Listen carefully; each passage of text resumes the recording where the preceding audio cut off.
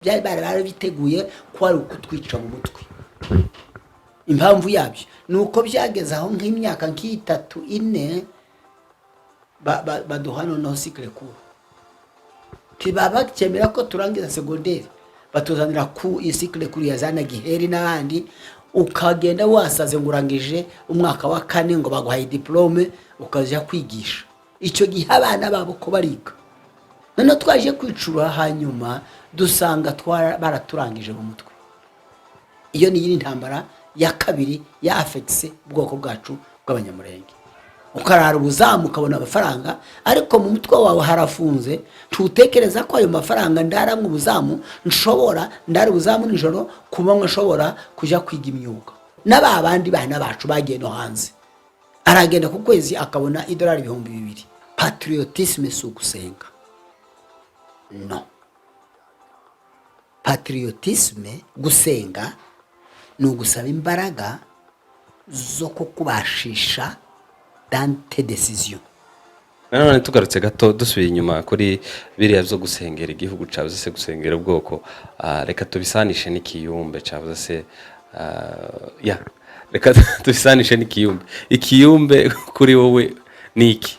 Ku mukristo kunywa inzoga ni icyaha cyavuze si icyaha? Ndabyara hanze. Yego. Uri pasiteri?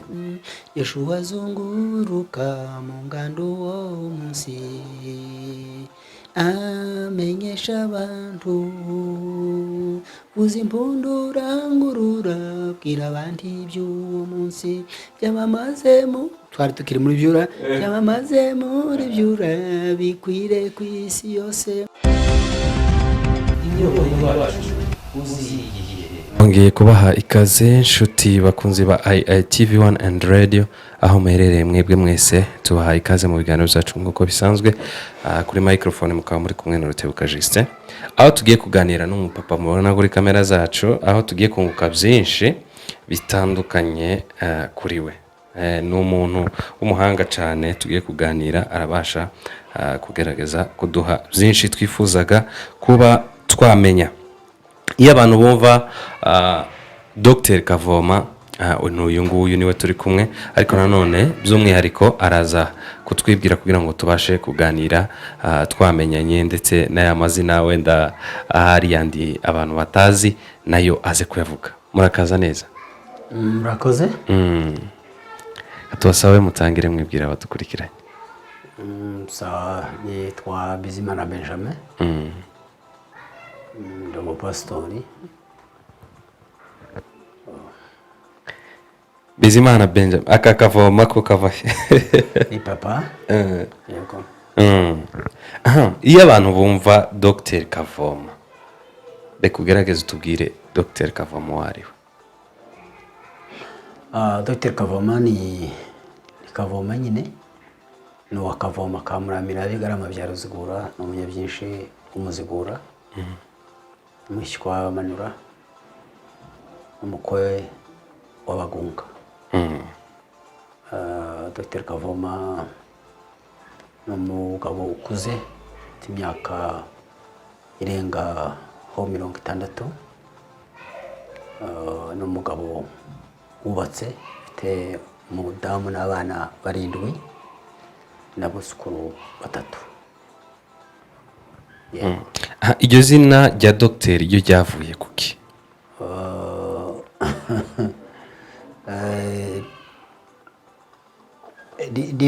riva habiri, rero riva hatatu.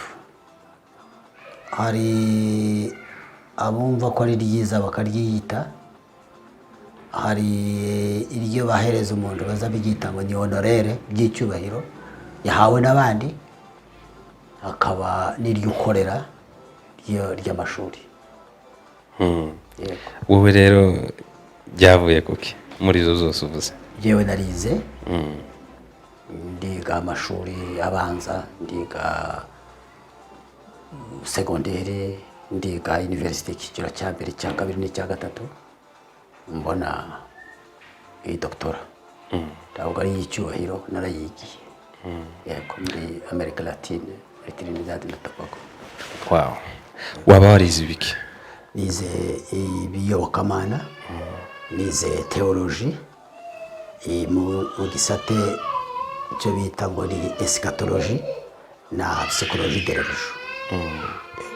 dusangiza ubuzima bwa Dr Kavoma mu busore bwe cya gihe wari ingimbi kugeza wenda kuri none uvunaguye.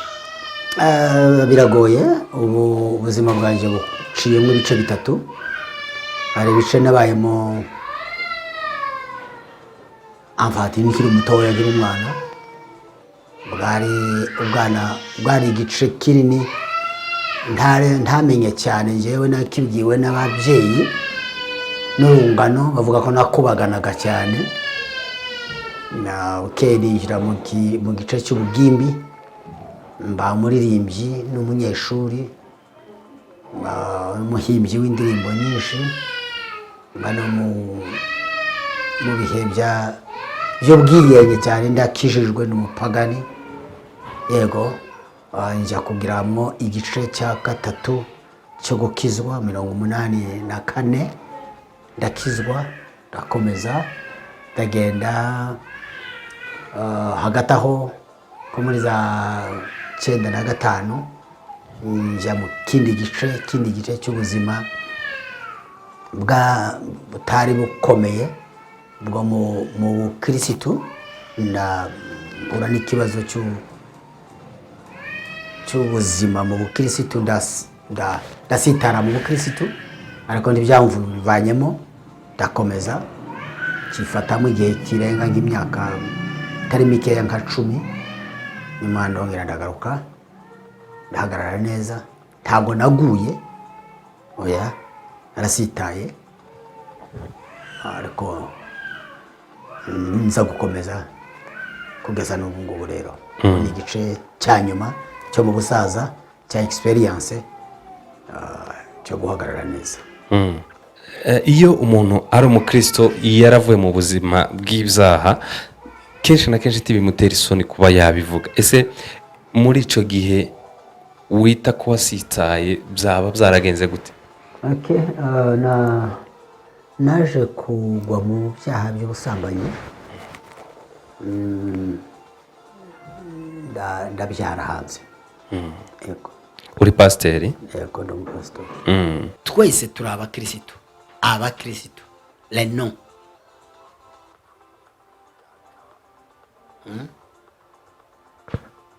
Twitirirwa kirisitu, ariko twese ntituri abakirisitu, kuko hari abakirisitu byihuta, abakirisitu ni umuntu yitwa, hakaba na abantu ba kirisitu.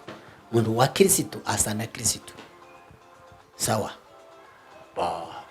Kuba uwa kirisitu rero, kuko turi ubuzima bwacu buri bw'imvange mu bwoko bwacu cyane cyane, ibyo bintu byombi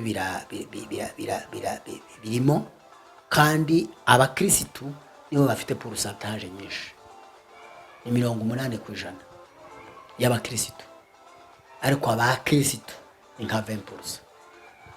Impamvu mvuze gutyo nuko muri uru rugendo rwo kujya mu ijuru ni mu butayu. Mu butayu niho habaho nta nzira ibaho.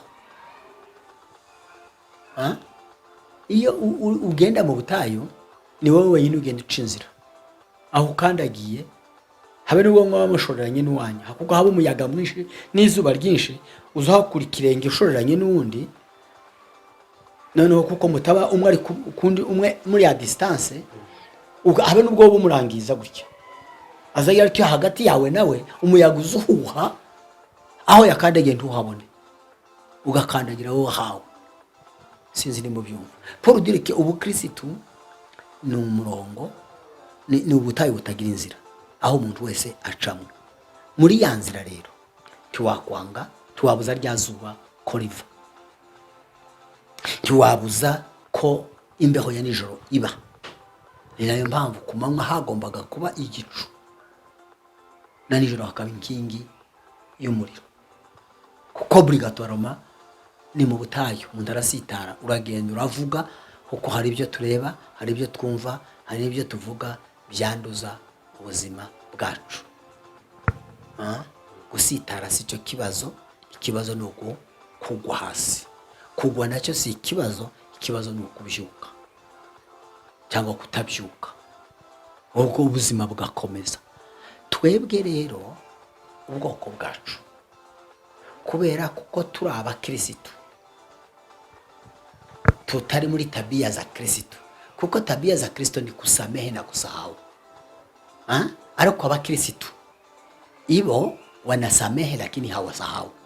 Pour dire que hawasamehe na ndiyo maana hawasahau. Wabyumvise ibyo? Okay. Kugeza n'uyu munsi hashize, ndamubwira urugero, hashize imyaka irenga 20 n'ingahe narakoze icyo cyaha, ndanakihana, ariko kugeza n'ubu nicaye hano abandi baracyakimbariramo. Abaki abo ni bande? Naba abakirisitu. Ariko abakirisitu bo bana nabibagiwe, byaravuyeho. Kuki? Kuko bafite tabia ya Kristo, wanasamehe na wanasahau. Tubyumva ngiryo itandukaniro aho ubukristo bw'ikinyamurenge buzingiye. Bamwe ni abakirisitu, abandi ni abakirisitu. Kuba uri dogiteri kuri none usanga urubyiruko rwinshi ku kintu kijanye n'amashuri batari kwiga, biterwa n'impamvu nyinshi zigiye zitandukanye. Bamwe baba impunzi mu bihugu bitandukanye, abandi byatewe n'intambara. Ugasanga hirya no hino abantu bagenda batatana ku isi. Noneho hamwe bashikiye ugasanga cyane bibanze ku gushakisha imibereho. Ubona avenire y'umunyamurenge ari yihe mu buryo educatif cyangwa se mu buryo bw'imyigire? Ndetse nanone yewe twahita tugisanisha n'ikindi kibazo cy'igisirikare cy'ubwoko bw'abanyamurenge. Nubwo mvuze ngo igisirikare cy'ubwoko bw'abanyamurenge ndabizi ko bakorera muri Kongo, ni igisirikare cya Kongo, ariko nanone mu bwoko bw'abanyamurenge hagaragara ko harimo abantu benshi bakuze kurusha abatoya.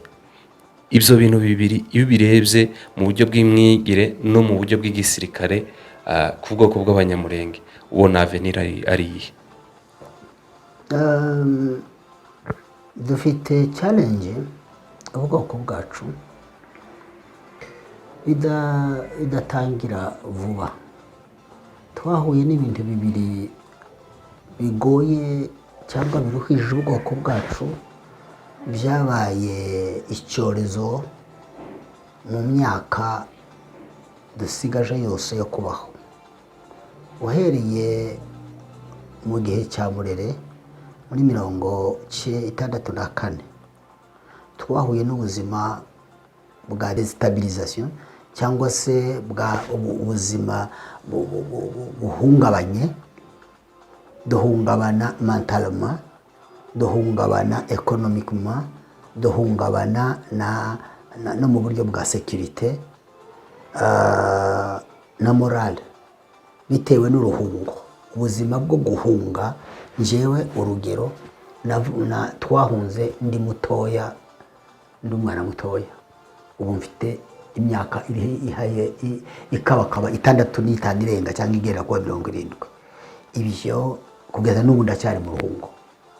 Cyo nyine ubwacyo ni ikintu cyateye ubwoko bwacu bwo. Ibyo si njye nyine uko nabaye niko nabibanye n'ubwoko bwanjye bwose. Icyo ni ikintu cya mbere cyatumye duhungabana mu buryo bwa economy n'uburyo intellectuel. Ubuzima bwacu bwose buba undebanded. Icya kabiri rero ni igiturage. Igiturage cyaratubabaje cyane. Twakuriye ahantu harimo develope, nta mihanda, nta bintu by'iterambere byari bitwegereye. Twarabihahaga tukabihaha kuri, ari no kwiga tukajya kwigira kuri. Kurumva ko uwazaga kwiga yari uwishoboye, utishoboye ntiyajyagayo.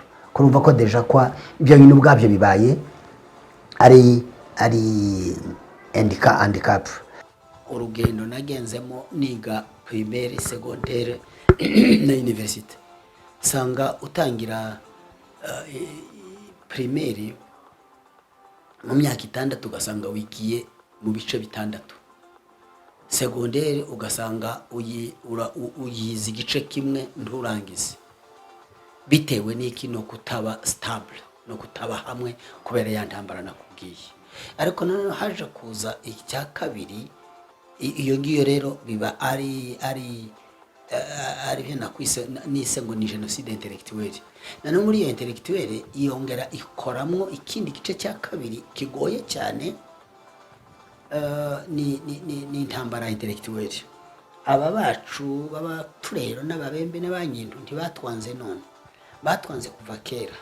Uretse iyo ntambara imaze kuba dusa n'abayitsinze tugasubira mu byacu, intambara kuri bo yarakomeje. Twebwe tugira ngo yararangiye, ariko kuri bo irakomeza. Mu gihe rero cy'iterambere, aho bakatwegereje iterambere, aho bakatwegereje ubuyobozi, ntabwo mu myaka 100 tumaze twaba uyu munsi wa none tukiri ko turwanira kubona commune. No, turi wacu imyaka 100. Iyo byarabaye kuva kera, ariko nuko intambara yabo yatangiye kuva kera, baturwanya kuva kera.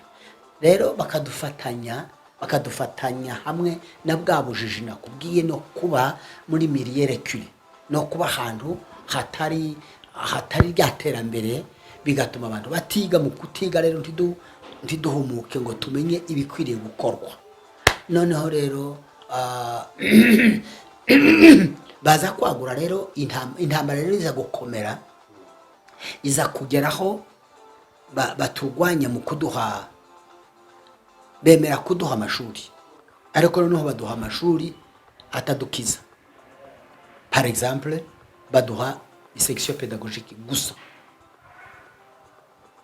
Igihugu cyose abanyamurenge aho bavaga bose 90% abana bose bize pédagogie. Urabyumva? None pédagogie suko yari mbi, ariko twese suko twari turemwe muri za mpano za pédagogie. Haraba bigaga physique, muri twebwe harimo les ingénieurs, muri twebwe harimo aba lawyers, muri twebwe harimo abajuriste, muri twebwe harimo abiga agronome, bego les zootechniciens n'abandi bose. Ariko noneho twese kubera kuko abafaransa bazabangu quand on a passé on aime ce qu'on a, twese dukunda pédagogie, abariyo tujyamo. Kuri bo yari planinze, bari biteguye ko ari ukutwica mu mutwe. Impamvu yabyo nuko byageze aho nk'imyaka 3-4 baduhano no cycle court, tibaba cyemera ko turangiza secondaire, batuzanira ku cycle court yazana giheri n'ahandi, ukagenda wasaze ngurangije umwaka wa 4 ngo baguhaye diplome ukaja kwigisha. Icyo gihe abana babo ko bariga, yamara kuva kwiga kaza akaba ari uba directeur, wa wundi mwiganaga, wa wundi muri umuna wawe, wa wundi we watangije kwiga hanyuma wowe inifa baguhaye kuba kwiga cycle court uyirangije, nta handi waba ukigiye wabagurangije. None twaje kwicura hanyuma dusanga baraturangije mu mutwe. Iyo ni intambara ya kabiri ya affectse ubwoko bwacu bw'abanyamurenge. Isanga za ntambara, noneho za ntambara nazo zigatera diaspora, bigatera gutatana. Noneho ikindi gitera cya 4 n'ubukene. Kwa gutatana bidutera ubukene. Bwa bukene rero aho wahungiye, icyo uzakora ni igiki? Uzashaka service, uzashaka ibigutunga. Ni ryari uzashaka kwiga? Uzashaka kwiga se abana batariye? Uzashaka kwiga se nawe ubwawe uta stable? Ibyo nyine bigenda byafecta ubuzima bw'uwari we wese. Turwa nkajya kuri navuze nanone cyaro twabayemo, ya milieu recule twabayemo, waza ku rugero waza nka hano Nairobi hari opportunity nyinshi zo kwiga. None ariko mu mutwe wacu uva mu cyaro, ariko icyaro ntikikuvemo, ukumva wakorera amafaranga ukarara ubuzamu ukabona amafaranga, ariko mu mutwe wawe harafunze, tutekereza ko ayo mafaranga ndaramwe ubuzamu ndari ubuzamu nijoro, kuba nshobora kujya kwiga imyuga, kuba nshobora kujya kongera ubumenyi. Ibyo rero n'aba bandi bana bacu bagiye no hanze, aragenda ku kwezi akabona $2,200, ntabwo atekereza na rimwe ko agomba kwiga, aratekereza gukora, kumva wamunyenga wo kugira amafaranga menshi mu mufuko, ariko mu mutwe plus que aguma gukora atongera ubumenyi bugenda bugabanuka. Nibyo yarazi biragabanuka kuko atabipratika, number 1. Icya kabiri kuko atabyongera.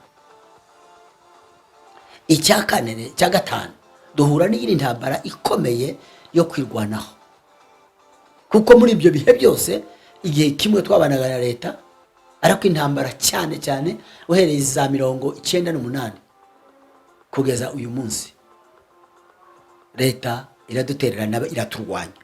Nibura ahubwo iriya Murere leta iri mu ruhande rwacu, ariko iyi ngiyi ya nyuma leta irahaguruka iraturwanya. Ibuka nk'imyaka uhereye muri 17 kugeza uyu munsi, ni leta y'ibini vis-a-vis irwanya abaturage bayo. Noneho ibi arwanya abaturage bayo bagomba gukora ibishoboka byose ngo birwaneho.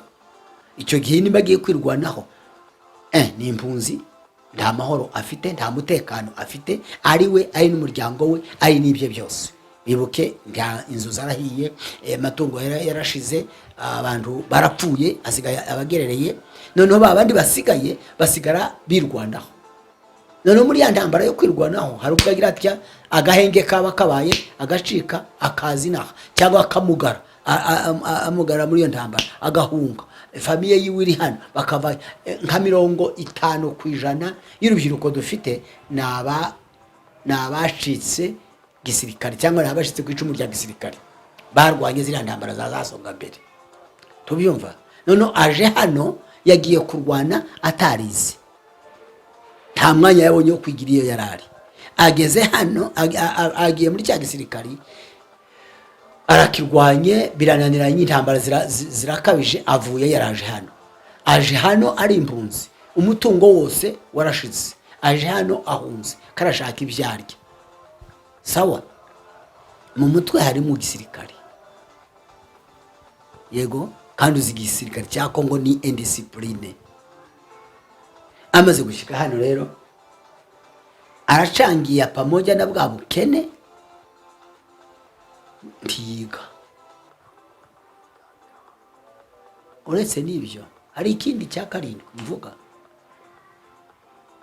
ikibazo cyo gushaka vuba cy'ubwoko bwacu. Umwana yagira ngo arire bakamuhoresha umugore, baticeceka turagushingira. Umwana bamushyingire bamwubakire n'urutara, umwana bamushyingire bamwishyurire n'umusoro, umwana bamushyingire bamwishyurire n'igitoro. Arabyara, ariko nawe abyaye akiri umwana, n'umwana urera abandi bana. Nta mwanya azaba akibonye wo kwiga, ahubwo arashaka ikabutura y'umwana. Ibyo byose ntibyagiye bicangacanga kugeza n'uyu munsi. N'abiga b'ubwoko bwacu vraiment il faut les féliciter, n'abagabo gusa turabashishikariza, nubwo bidashoboka bambe, nubwo bitoroshye, ariko birashoboka. Natwe niko twagiye twiga, n'abandi niko bize, n'abandi mbivuze gutyo. Nubwo byabaye gutyo, nagaruka muri Bibiliya ivuga ngo nyamara urufatiro rw'Imana ruracyahagaze, kuko tukiri ubwoko. Nanone hagati y'ibyo hari abafungutse mu mutwe, hari ababibonye kare, hari abumviye inyigisho cyangwa se impuguro bahawe nk'izindi ko mvuga, baragerageza. Kanahiro ubu ngubu 90% abataragiye mu ishuri ngo basubire muri za kaminuza, nibura ahubwo bize imyuga. Turafite abasore bakora imyuga myinshi hano. Ibyo ni bitubeshaho hano turi, n'igihe Imana yabidushubije mu gihugu cyacu, cyangwa tukirwaniye bigakunda. Nanone iyo myuga ni nanone n'ubwa butunzi tuzaza kubakisha iwacu. Pourcentage nanone ni nkeya zabiga, ariko nanone reka dukore nanone no ku gisirikare. Hari bamwe bavuga ko igisirikare cy'abanyamurenge gishaje, kitarimo urubyiruko, kirimo abantu bakuze. Ikintu cyose muri projet zisanzwe takiriya cyuma ukoresha niba muri budget yawe hatarimo ishami ryo gusazura ibintu bishaje, kubisazura no kubisimbuza ibindi bishyashya. Niba muri wowe mu faranga zose ubona nta konti wagize yo gusazura, uyu murimo wawe ntuzamara imyaka 10. Urabyumva? Kuko uzabikoresha gutyo byose biracyari bishyashya, urya umunyenga w'amafaranga w'imyaka 2, 3, 4, 5 umwaka wa 6 bisaze bitangire gukorora, kuko ntacyo wabikiye kuri ibi byuma kizapfa, kuko ni icyuma n'igipfa ntuzabuka igisazuye kariyeri zarangira. Ni nayo mpamvu igisirikare cyacu uyu munsi kiboneka ari abasaza gusa, si ni cyacu, ni igisirikare cya Kongo. Arumva iyo biza kuba tugituye turi iwacu, ubu harahabaye amarekrutema. Kongo na igihugu cyose kizakigenda kigira rekrutema yo gusazura igisirikare cyacu, ariko Kongo ntabwo bikorwa, kandi nubwo byanakorwa ntabwo basazura abanyamurenge, ari sont des ennemis. Ariko rero icyakagombye kuba uyu munsi, niba uyu munsi bari mu gisirikare igihe cyinshi n'abasaza ubu ngubu bose n'urungano rwacu barakuze, bafite imyaka irenze, hakagombye kuba hariho amaraso mashya muri guverinoma uyu munsi. Ariko nibyo twavuze bidashoboka, ariko niba bidashobotse n'uyu munsi hariho ukundi byakorwa gute. Nk'abari abana bacu bari muri Amerika 80%, 50%, 40%, 30%, mbese na 20% cyangwa ni 10% bogiye mu gisirikare bakajya kwiga igisirikare gute. Turabafitemo nka 3, 4, 5 aho bari mu nzego z'igisirikare cya Amerika, ariko ko bariga ni mu gisirikare cya Amerika, aho bajya hose bakiga igisirikare. Iyo ngibyo rero mu gihe tudafite abariko biga uyu munsi, avenir yacu iri ozenit, avenir yacu ni incertain, ntabwo turi mu rujijo rwa avenir. Ese tuzaba dufite ni bande bazayobora ejo, ni bande bazayobora gisirikare ejo, ni bande bazayobora igipolisi ejo, ni bande bazaba abadirecteur, ni bande bazaba ba ministre ejo, kuko ntabwo muri projet dukora ntabwo tuzakora muri ibi ngibi, bizatwara imyaka myinshi, ariko igihe kizagera dusubire kuba abakongomani nk'abandi. Igihe kishobora no kuzagera tukigenga tukaba igihugu, kuko bari mu makuru irembaga za balkanization biza bisa naho ari n'ubuhanuzi baduhanurira. Ariko se mugira ngo uyu munsi igihugu gicitsemo tukabona igihugu cyacu, bakaduha province yacu, bakaduha igihugu aho dufite accès muri guverinoma obligatoirement, urumva ko tuzaba tugiye kwiyambaza basaza n'ubundi bari muri ubwo ngo aribo baza kutuyobora.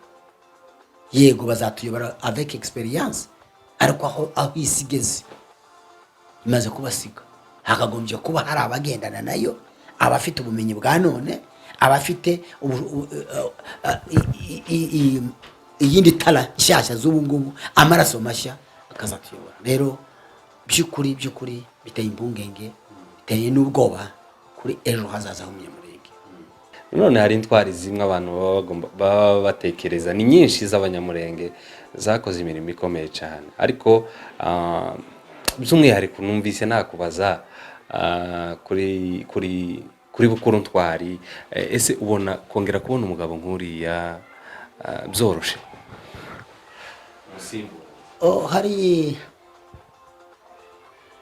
Hari ibyo twita difficile mais possible, hari ibyo twita simple ariko impossible. Nta muntu wari waba undi, nta muntu uzaba bukuru igihe gishize, ikiriho n'ikizaza, kandi nta mateka y'umuntu baturimo babukuru ariko bihisha. kuko bukuru yari aturimo ataragaragara, twari tumuzi. Bukuru twamumenyeye n'akamaro ke aho amaze gutabarukira. Imana imuhe iruhuri kiza. Bukuru ku muntu utagira ishyaka ry'igihugu kugeza n'uyu munsi ntawe uzi icyo Bukuru yakoze kiba biha agaciro. Ariko umuntu wese uzi intambara Bukuru yarwanye, ntabwo yigeze ajya ku rugamba n'umunsi n'umwe, ariko yarwanye intambara iruta iy'amasasu cyangwa se iri nk'iy'amasasu. Niba abana bacu bararwanye intambara 10 bagatsindamo 8, muri izo 8 harimo ukuboko kwa Bukuru. Bukuru ntwari, reka bamwite ntwari, nyine yari ntwari. Nabivuze kare ngo ozame biene la valeur n'atteint pas le nombre des années. Mu myaka itangira za 64 umugabo twabonye wa mbere w'intwari yari Mushisha, warwanye akarwanisha icumu, umuheto please na revolver, urugamba akarurwanira akarutsinda. Twabonye abagabo benshi b'abasaza, abandi bagabo batoya, abandi mu Banyamurenge n'abagabo benshi bagiye babintwari. Uyu yapfa tukabaho nta wundi tuzabona. Bacyunguti twari tuzi yuko Umunyamurenge yobora cyunguti ngo abeho, cyangwa urugamba rutarimo cyunguti ntirwarema. Twari tuzi yuko niba bahari impoetere. Twari dufite abagabo bari nka 14 abatangije Murere, abatangije kwirwanaho mu Banyamurenge. Abo basirikari bari bakeya, bahawe imbunda na Colonel Kanyiki, nibo babaye intandaro yo kuja kurwana barangiza Murere no gusubiza ubwoko bwacu. Bari 14 muri abo ngabo twari tuzi ko ari yo si yose. Bari abamasunzu n'abandi bose bari batarabaho. Buri muntu rero ni intwari. Uretekereze umunsi tubura Nikola, twatekerezaga gute? Twatekerezaga ko nta yindi ntwari tuzabona mu Banyamurenge. Intwari zirahari muri makeya, barahari benshi ntiturababona, ariko turasenga Imana Data wa twese ngo ituzanire yindi ntwari nka Bukuru. Hari abandi bihishe, hari abandi batagaragara, kandi ubutwari bw'umuntu akenshi buboneka ari uko atakiriho.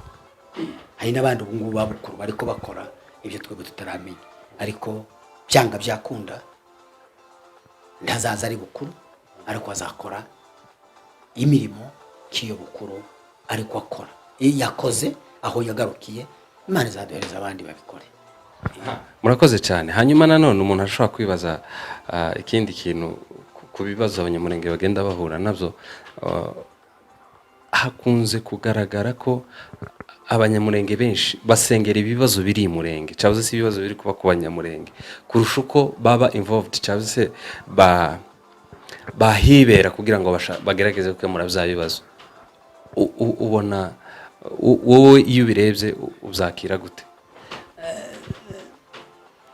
Icyo kintu kugisubiza birasa naho ari nabisubiza d'une manière atheistique, cyangwa se nko guhakana. Ntabwo ari atheisme, ariko Abanyamurenge twarakabije mu by'Imana. Tuba dusa nkaho Imana tuyitegeka aho kugira ngo aho kumenya ko ari idutegeka.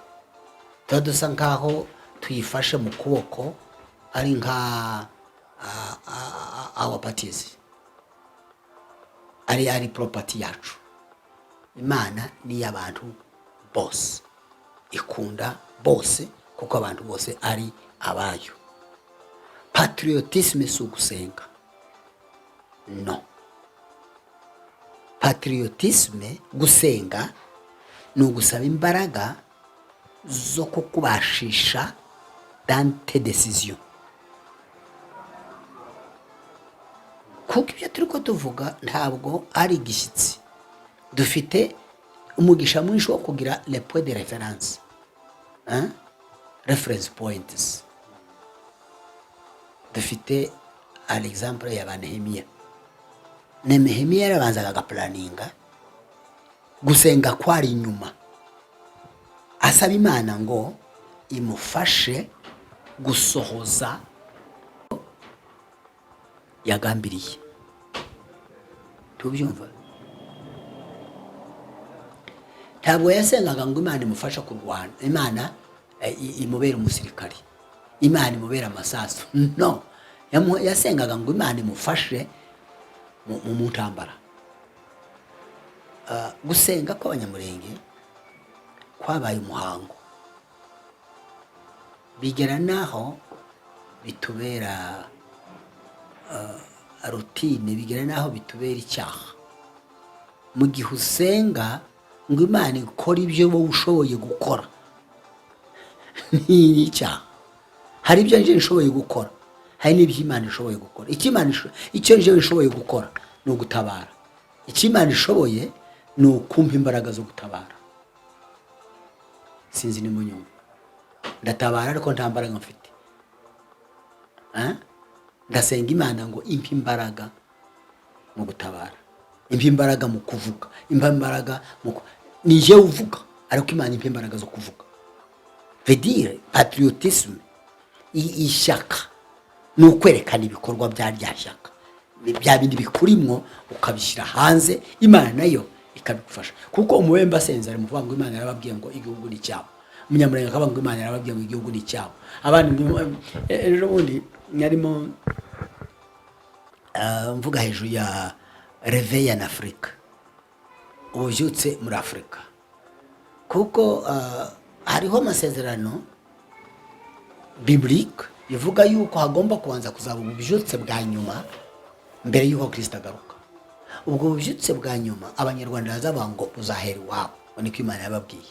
Abarundi bakavuga ngo Imana yabwiye kera ngo niho soko yabwo, abakongomani bakavuga ngo ni iwabo, abanyakenya ugenda ububaze n'umwe arakubwira ngo Imana yarabwiye ngo ububyutse bwa Afrika buzava iwabo. Uganiriye n'umutanzaniya, uganiriye uwo wese muvugana yakubwira ngo nibo soko y'ubwo bubyutse. Kuko Imana ni ya bose, ni ya bose. Imana tuyisaba kuduha imbaraga ngo ikore ibyo twebwe tudashoboye gukora. Rero gusenga kw'abanyamurenge mu by'intambara ntacyo bivuze kinini. Reka mvuze ariko nsa n'uvuze ngo gusenga ntacyo bimaze, ariko hari no gusenga kumwe kutagize icyo kumaze. Gusenga ni ingirakamaro, ariko hari no gusenga kutagira icyo kumaze mu gihe usenga Imana ngo iguhe ibyo wowe ushobora kwiha, cyangwa se ngo igukorere ibyo ushobora kwikorera. Rakoze. Abenshi twabanaga mu gihugu cya Kongo b'abaturanyi, twabanye neza, abapfurero, ababembe n'abanyindu ndetse n'abandi benshi batandukanye. Ese ubona byaratewe n'iki kugira ngo babe abanzi b'abanyamurenge begeze hariya? Birimo inzira nyinshi. Navuga ko hariho inzira zigeze kuri 3. Inzira za mbere navuga ko ari ibihe turimo, ibihe uko bigenda bihinduka. Cya kabiri navuga ko ari politike. Navuga ko muri iyo politike harimo inyungu z'abayobozi, cyangwa se y'abayobozi ba politike nyine, cyangwa se inyungu z'ibihugu byo hanze. Yego, muri makeya nibyo nasubiza. Nanone tugarutse gato dusubiye inyuma kuri biriya byo gusengera igihugu cyavuze se gusengera ubwoko, reka tubisanishe n'ikiyumbe cyavuze se reka tubisanishe n'ikiyumbe. Ikiyumbe kuri wowe ni iki?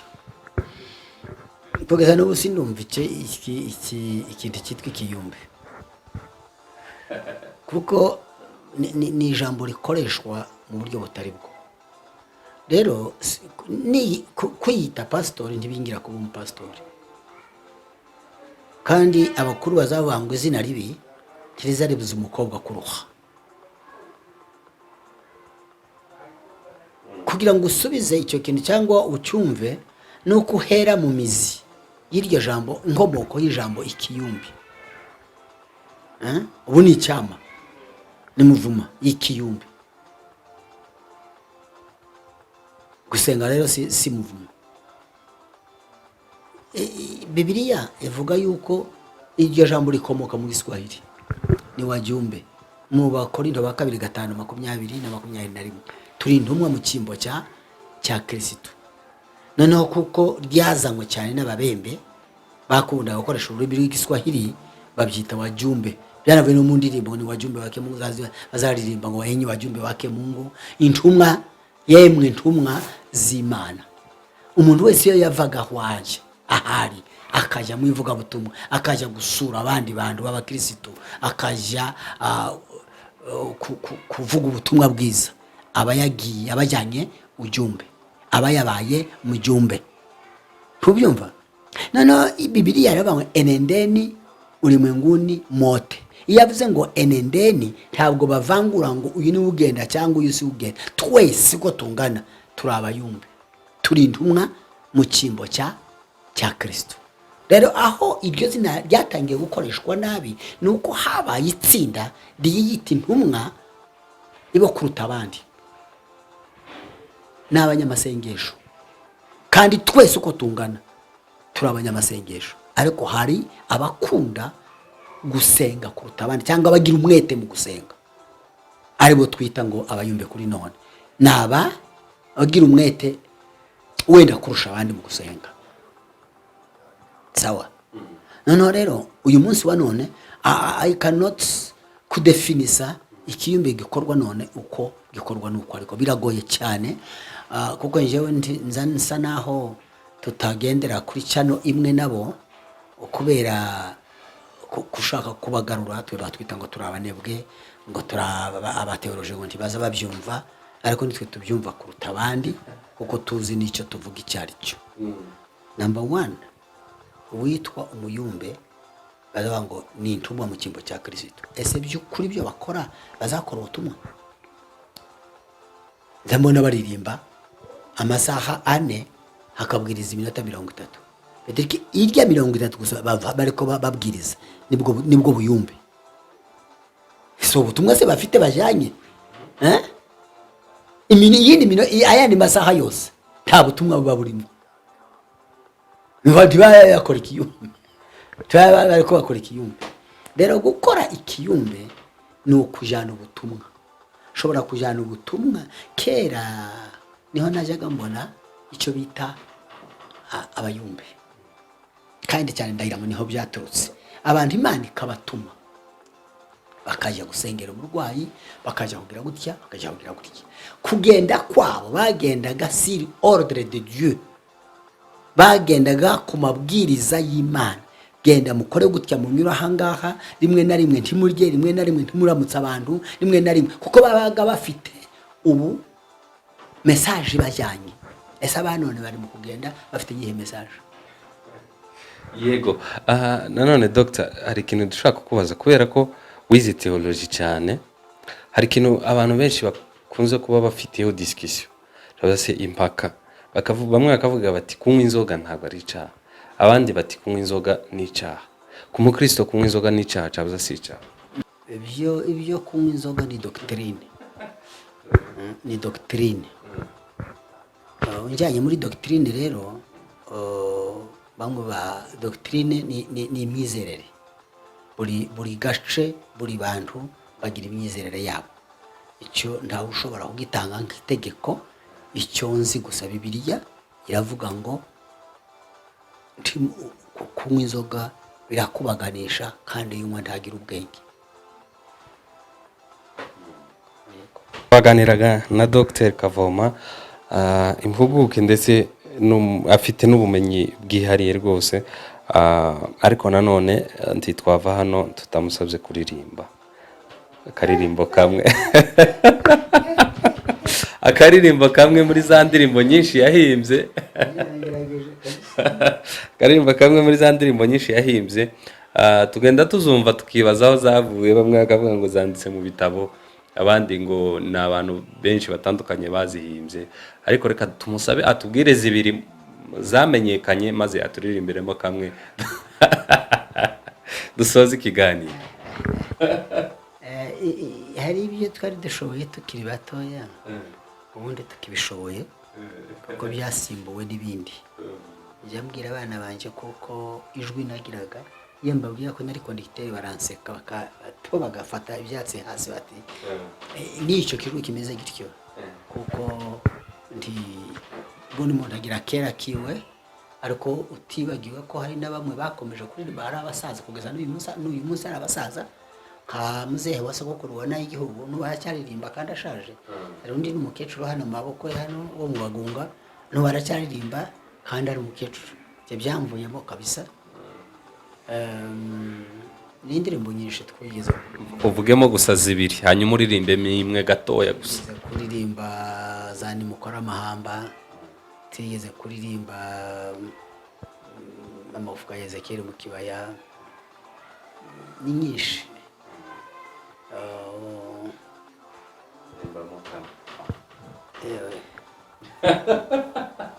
Nimukora amahamba tugiye kwambuka hakurya i Kanani, Yeshuwa azunguruka mu ngando uwo munsi amenyesha abantu, vuza impundu urangurura bwira abandi iby'uwo munsi, byamamaze twari tukiri muri byura, byamamaze muri byura bikwire ku isi yose, vuga neza utabitinya yuko umunsi wenda kuza, aba Yesu tugiye kwambuka. Turabashimiye bwa mbere dushimira umutumirwa wacu kuba yemeye gutanga kino kiganiro, ndizera ndashidikanya ko uri gikurikirane kigira ico kiri bukungure mu buryo bumwe cabuze ubundi. Hanyuma mwebwe mwese namwe mwadukurikiye, reka tubashimire kuri microphone mwari muri kumwe na Theo Justin nkuko bisanzwe, hanyuma ibiganiro kuri IITV nakagaruka, mukomeze mugira amahoro ya Nyagasani aho muherereye.